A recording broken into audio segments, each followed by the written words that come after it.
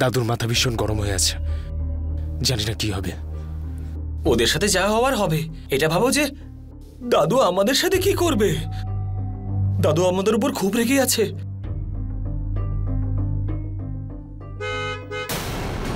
ধর্মরাজ এলো মনে হচ্ছে। তোরা এক্ষুনি চলে যা, ওপরে যা, ওপরে যা। তোদের দেখলেই আবার মাথা গরম করবে। যা, তুইও যা না।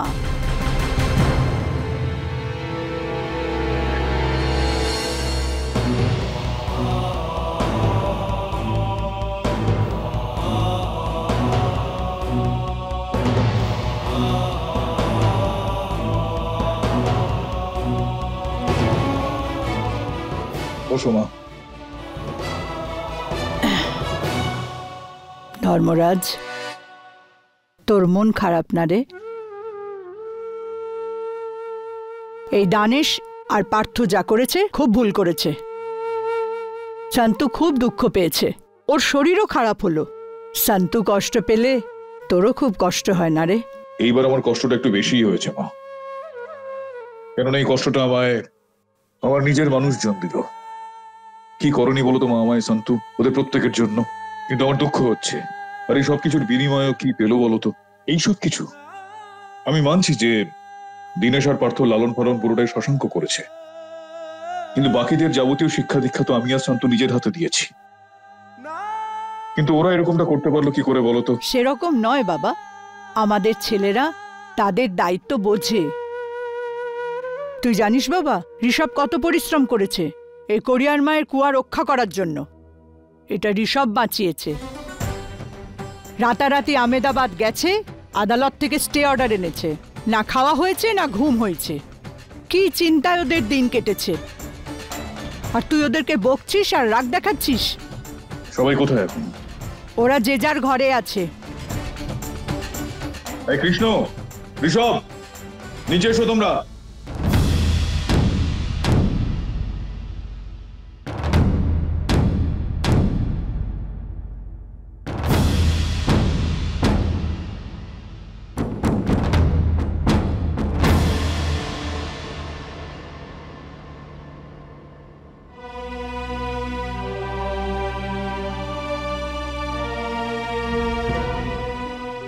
তোমরা মন দিয়ে আমার একটা কথা শোনো।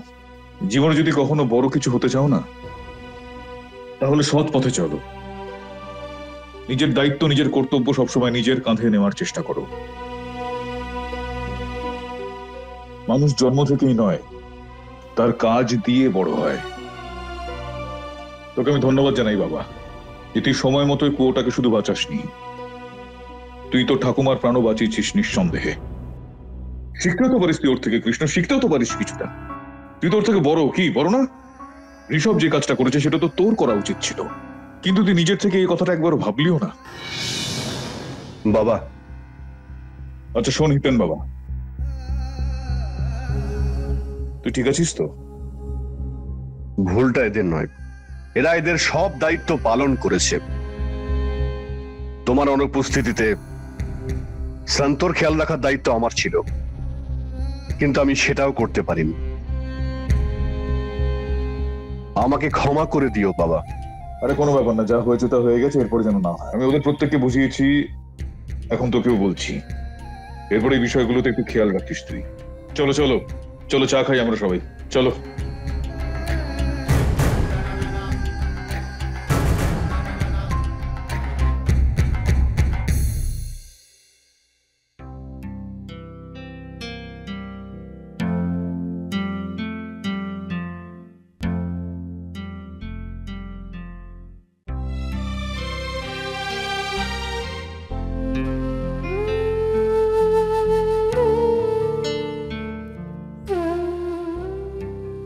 দাদা কোনো ব্যাপার নয়, দাদু আমাদের সবার উপর রেগে আছেন, কিন্তু দাদু তোমাকে সব থেকে বেশি দায়িত্ববান মনে করেছেন, আর তুমি তাও আপসেট হয়ে আছো।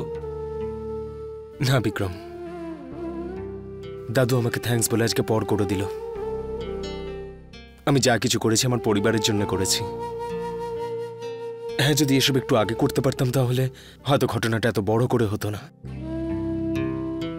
দাদা তুমি নিজেকে দোষ কেন দিচ্ছ? একটা কথা বলো, রাতে খবর পেতেই তুমি বেরিয়ে গেছিলে তো? কি তাই তো? তাহলে বিক্রম, আমার এটা মনে হয় যে দাদু এখনো এটাই ভাবে যে নন্দিনীর আশীর্বাদের দিন বিকাশকে আমি টাকা দিয়েছিলাম।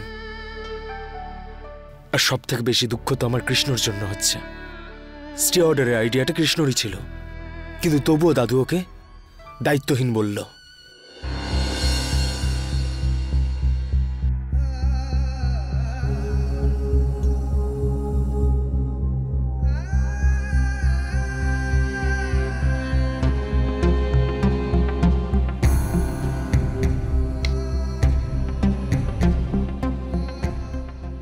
কাকু তুমি?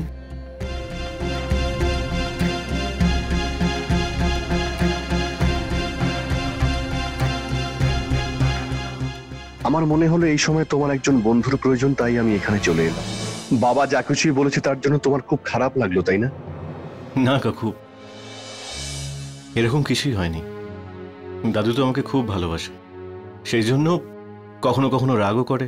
যে আমাদের ভালোবাসে সেই যদি আমাদের দায়িত্ব জ্ঞানহীন ভাবে, তখন খারাপ লাগাটা খুবই স্বাভাবিক। কিন্তু উনি ভুলও তো কিছু বলেননি, তাই না? বাড়ির মধ্যে সব থেকে বড় আমি, কিন্তু সব কাজ ঋষভ করে, আমি কোনো কাজের নই। এরকমটা নয়, দেখো এরকমটা নয়, কিন্তু তোমার এরকম কেন মনে হচ্ছে? ওই কুয়োটা যে আজকে ভাঙা হয়নি সেটা একমাত্র তোমার জন্যই সম্ভব হয়েছে।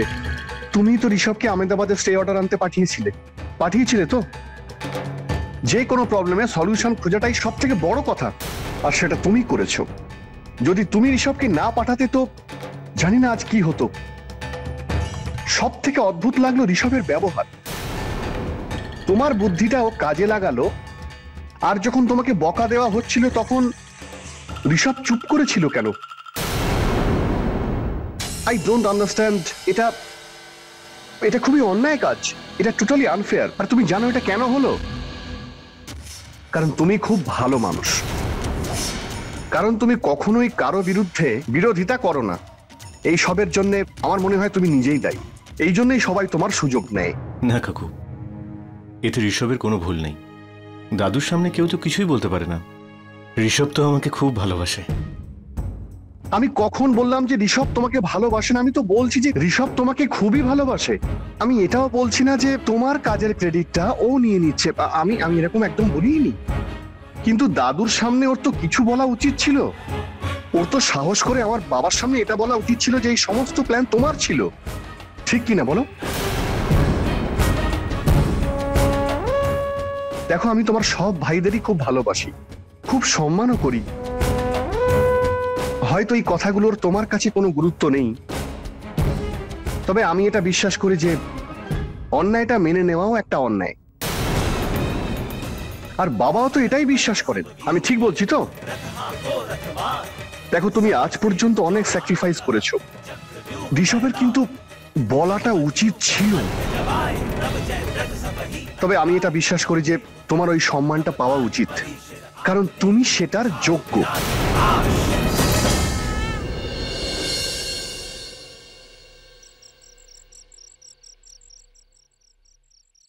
এই নে তোর খাবার নিয়ে এসছি আমি। মালিক, আপনি আমাকে পাপের ভাগিদার কেন করছেন?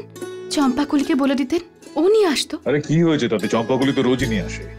চল, আমি আজকে আমার নিজের হাতে তোকে খাইয়ে দেবো, চল। না মালিক, আমি এইসব সবজি খাবো না। আমার একটু অন্যরকম খেতে ইচ্ছে করছে। আলুর দম, ঘুগনি, চাউমিন এইসব। তো মাথা কি খারাপ হয়ে গেছে পুরো নাকি? এই তো কয়েকদিন আগে তুই তোর যাবতীয় চিকিৎসা করে বাড়ি ফিরলি। এইসব না খেলে তুই আবার ঠিক হবি কি করে? হ্যাঁ, এরপর যেগুলো বলছিস সেগুলো খাবি, আপাতত এগুলো খেয়ে না নে। না, আমি ওইসবই খাবো। আচ্ছা, একটা কথা বলতো আমায়, তোর কি ওই হৃদয়ের সমস্যা হয়েছিল নাকি মাথায় কোনো সমস্যা হয়েছিল? হ্যাঁ, এসব কি কথা বলছিস বলতো? চল চুপচাপ খেয়ে নে তো। হ্যাঁ মালিক, দিন না, জেদ কেন করছেন? আমি এটাই খেয়ে নেবো। ওইসব আলুর দম, ঘুগনি ওসব আমি ঠিক হওয়ার পরে খাবো। হ্যাঁ, এটাই তো বলার চেষ্টা করছি আমি। কি কথা হচ্ছে ভাই? আরে দেখো না দেখি ভাই, কি আসলে বলছো তখন থেকে? পিসিমা মালিক বলছিলেন যে এইসব সেদ্ধ সেদ্ধ সবজি খেও না, ওই আবার এক কথা। আলুর দম, ঘুগনি এইসব খাও। এসব কি বুড়িদের মতন খাবার? এইগুলো আবার আমি কখন বললাম তোকে? তোর মাথা ঠিক আছে তো ভাই? ও শরীরের এখন যা অবস্থা, এখন ও এসব খাবে নাকি? আরে হ্যাঁ, আমিও তো। তুই চুপ করে থাক একদম। হ্যাঁ, কি তুমি না সবসময় ওর পক্ষ নিয়ে কথা বলো দিদি ভাই। শোন, তুই খেয়ে নে তো, চুপচাপ খা। খাচ্ছি তো আমি। হ্যাঁ, খা। আচ্ছা, এই এই এই স্যুপটা খা, এটা ভাল লাগবে তোর।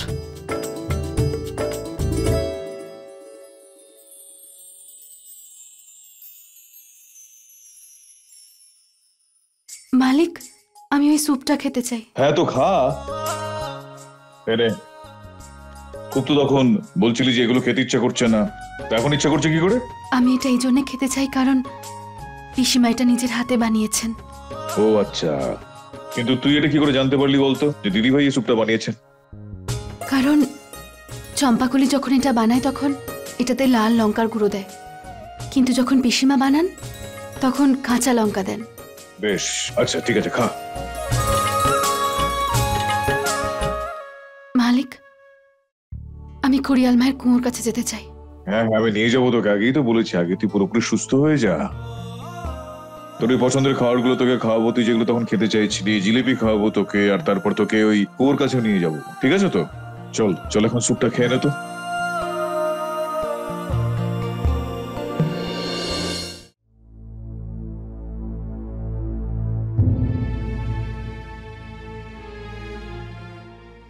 বলো দিদি ভাই। নে ভাই, খাবারটা খেয়ে নে।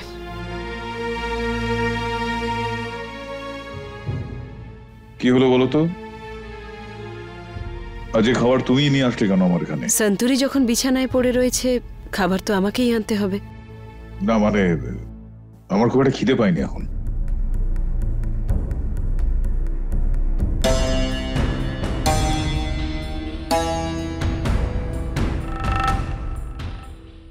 ভাই, একটা কথা বলার ছিল তোকে। বলো। বাড়ির বাকি ছেলেদের তো বকেছিস তুই, কিন্তু আমার মনে হয় যে তুই একবার বিশালের সাথেও কথা বলে দেখিস এই বিষয়ে। বিশাল এটা জানতো ভাই যে কাদ্দুর ছেলেরা কোরিয়াল মায়ের কুয়োটা ভাঙতে চলেছে, আর এই অবস্থায় সন্তুরি যদি ওকে গ্রাম ঘোরাতে নিয়ে যেতে বলেও, তাও কিছু একটা বলে বিষয়টা এড়িয়ে যেতে পারতো তো। সন্তুরিকে কুয়োর কাছে যাওয়া থেকে আটকানো উচিত ছিল তো বিশালের। জানি না ও কেন এমনটা করলো না।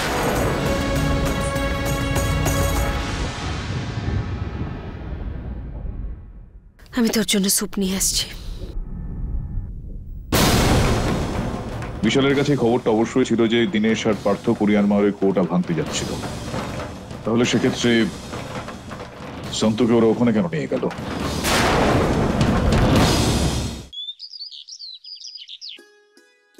কি করছিস তুই বলতো?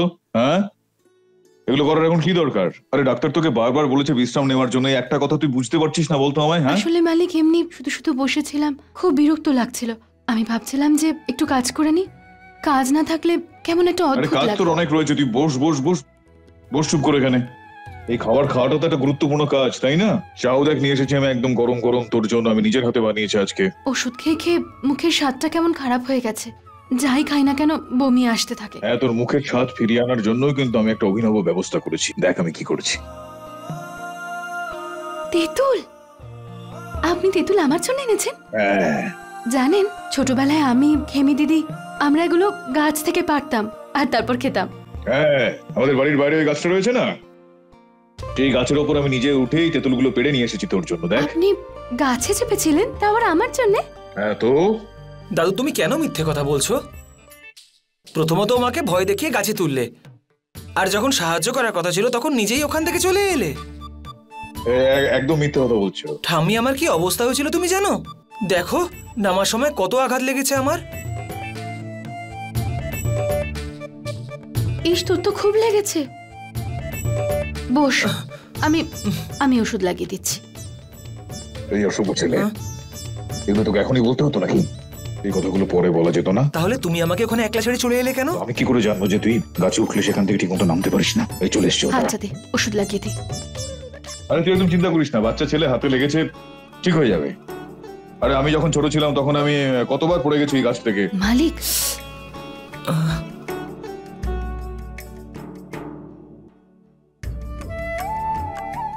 এরপরে যদি তোকে গাছে উঠে কেউ কিছু পারতে বলো না, তুই পারবি না, ঠিক আছে? আমার কথাটা একদম মাথায় রাখবি কিন্তু, ঠিক আছে? যা এখন যা। আরে থ্যাংক ইউ তো বল একবার। থ্যাংক ইউ ঠাম্মি। আচ্ছা ঠিক আছে, আয় তুই দিকে বস বস বস। কি মালিক, কেন ছেলেটাকে গাছে উঠিয়েছিলেন? ওর কত লেগেছে দেখুন তো। আরে আমি কি করব বল? আরে তুই এগুলো পছন্দ করিস, সেই কারণেই এই কষ্ট করে একটু নিয়ে এসেছি আপনি আমি। পরিশ্রম করেননি, আপনার নাতি আরে করেছে। নাতি হলেও তো আমার নিজেরই না, পাশের বাড়ির তো কেউ নয়। দেখ তোর চাটাও আমি নিজেই খেয়ে ফেললাম। নে তুই এই তেঁতুলগুলো খেয়ে নে, তেঁতুল খা তুই। বেশ, আমি একটু ঘুরে আসি ওখান থেকে। এই যে এটার কথাই বলছিলাম, চল এটাকে পরে ফেলতো এবার। ধর এটা, চল তাড়াতাড়ি পরে ফেল, একসঙ্গে যাবো, রেডি হয় না। আমরা কোথাও যাব মালিক? হ্যাঁ আমরা বাইরে যাবো। কিন্তু এটা তো একদম পুরনো শাড়ি। হ্যাঁ আমি জানি সেটা, কিন্তু এই শাড়িটা পরলে তোকে এত ভালো দেখতে লাগে না। যখন প্রথমবার তোকে আমি দেখেছিলাম না, এই শাড়িটাই পরেছিলাম। এদিকে এদিকে এদিকে ওটা দিয়ে আমার কাছে দে। আরে এটা খুলছেন কেন? ওই যে আমি যখন ওই গার্ডেনে যাই না জগিং করতে, ওখানে সব মেয়েরা যারা যারা আসে না, ওই আমার ফ্রেন্ড, ওরাই বলছিল আমায় আর কি, আরে ঠাকুমাকে না চশমা পরলে একদম বুড়িমার মতন দেখতে লাগে জানো। এই কারণে আমি তোর জন্য কন্ট্যাক্ট লেন্স বানিয়েছি। বুঝতে পারলে আমি কি বললাম? চল এবার তাড়াতাড়ি তৈরি হয়ে নে, আমরা বেরোবো। ঠিক আছে, কিন্তু আমরা যাচ্ছি কোথায়? ওই ত্রিবেণী আসছে না, ও আমাদের একটা ইন্টারভিউ নেবে বলছে। আরে যখন সবাই আমাকে টিভিতে দেখতে পাবে না, তুই তো থাকবি না আমার পাশেই বসে, তখন যাতে আমাদের সুন্দর দেখতে লাগে সেই কারণেই আমি ওই বিউটি পার্লারে তোর জন্য একটা অ্যাপয়েন্টমেন্ট নিয়ে রেখেছি, ওই চেহারাটাকে একটু ইস্ত্রি করার জন্য আর কি। চল এখন তুই তাড়াতাড়ি তৈরি হয়ে নে তো, আমি আসছি। মালিক, হ্যাঁ আমরা বিশালকেও সঙ্গে নিয়ে যাব। আমাদের সাথে ওর প্রথম নবরাত্রি, বাজার থেকে ওর জন্য নতুন জামা কাপড় কিনবো। ওকেও তো সুন্দর দেখতে লাগতে হবে, তাই না? এই যবে থেকে বিশাল এই বাড়িতে ফিরে এসেছে না, তুই সারাক্ষণ এই বিশাল বিশাল বিশাল করতে থাকিস, তাই না? কেন করব না? এত বছর পরে আমি আমার ছেলেকে ফিরে পেয়েছি। হ্যাঁ এটা তো একদম তুই ঠিক কথা বলেছিস। কালকে তো তোরা আবার সবাই মিলে গিয়েছিলি ওই কুরিয়ার মায়ের কাছে তার কুয়োর সামনে পুজো দিতে।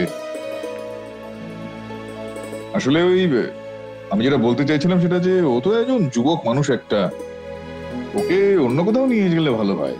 ওই কুরিয়ার মায়ের কুয়োর সামনে গিয়ে কি করবে একজন যুবক ছেলে বলতো? মালিক, বিশালের ইচ্ছে ছিল যে আমি ওকে কোরিয়াল মায়ের কুয়োর কাছে নিয়ে যাই, তাই ওকে নিয়ে গিয়েছিলাম। আর ভালোই তো হলো। আমি যদি ওখানে না যেতাম তাহলে তো অনর্থ ঘটে যেত।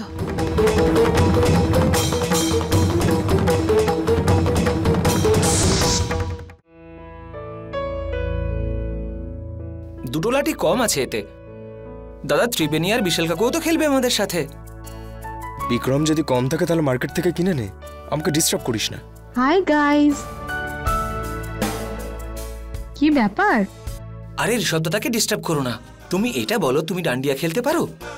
না তো, কেন? আমাদের এখানে তো নবরাত্রি ডান্ডিয়া এবং গরবাকে ছাড়া কমপ্লিটই হয় না। বিক্রম, কি কথা হচ্ছে? আরে কিছু না কাকু, ওকে আমি ডান্ডিয়ার ব্যাপারে বলছিলাম। ও পারো কিনা বলো? নো, সিনেমাতে দেখেছি।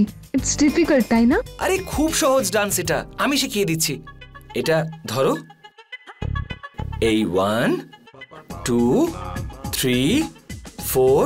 চলো চলো এবার তুমি করো। ওর হাতটা ছাড়লে তবেই তো করতে পারবে। আরে সেটাই তো করছি কাকু, তুমি প্লিজ ডিস্টার্ব করো না। ঠিক আছে।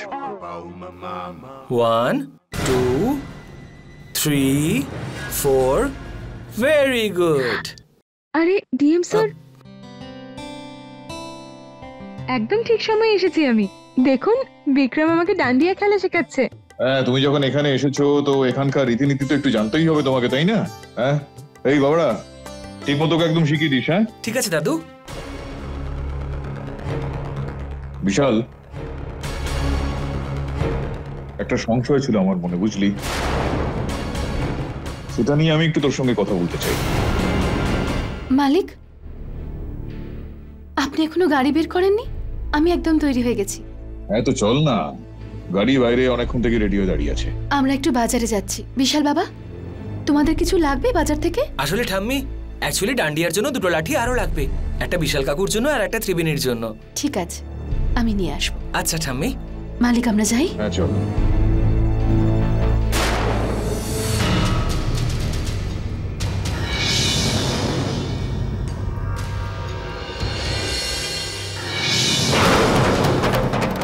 সংশয়?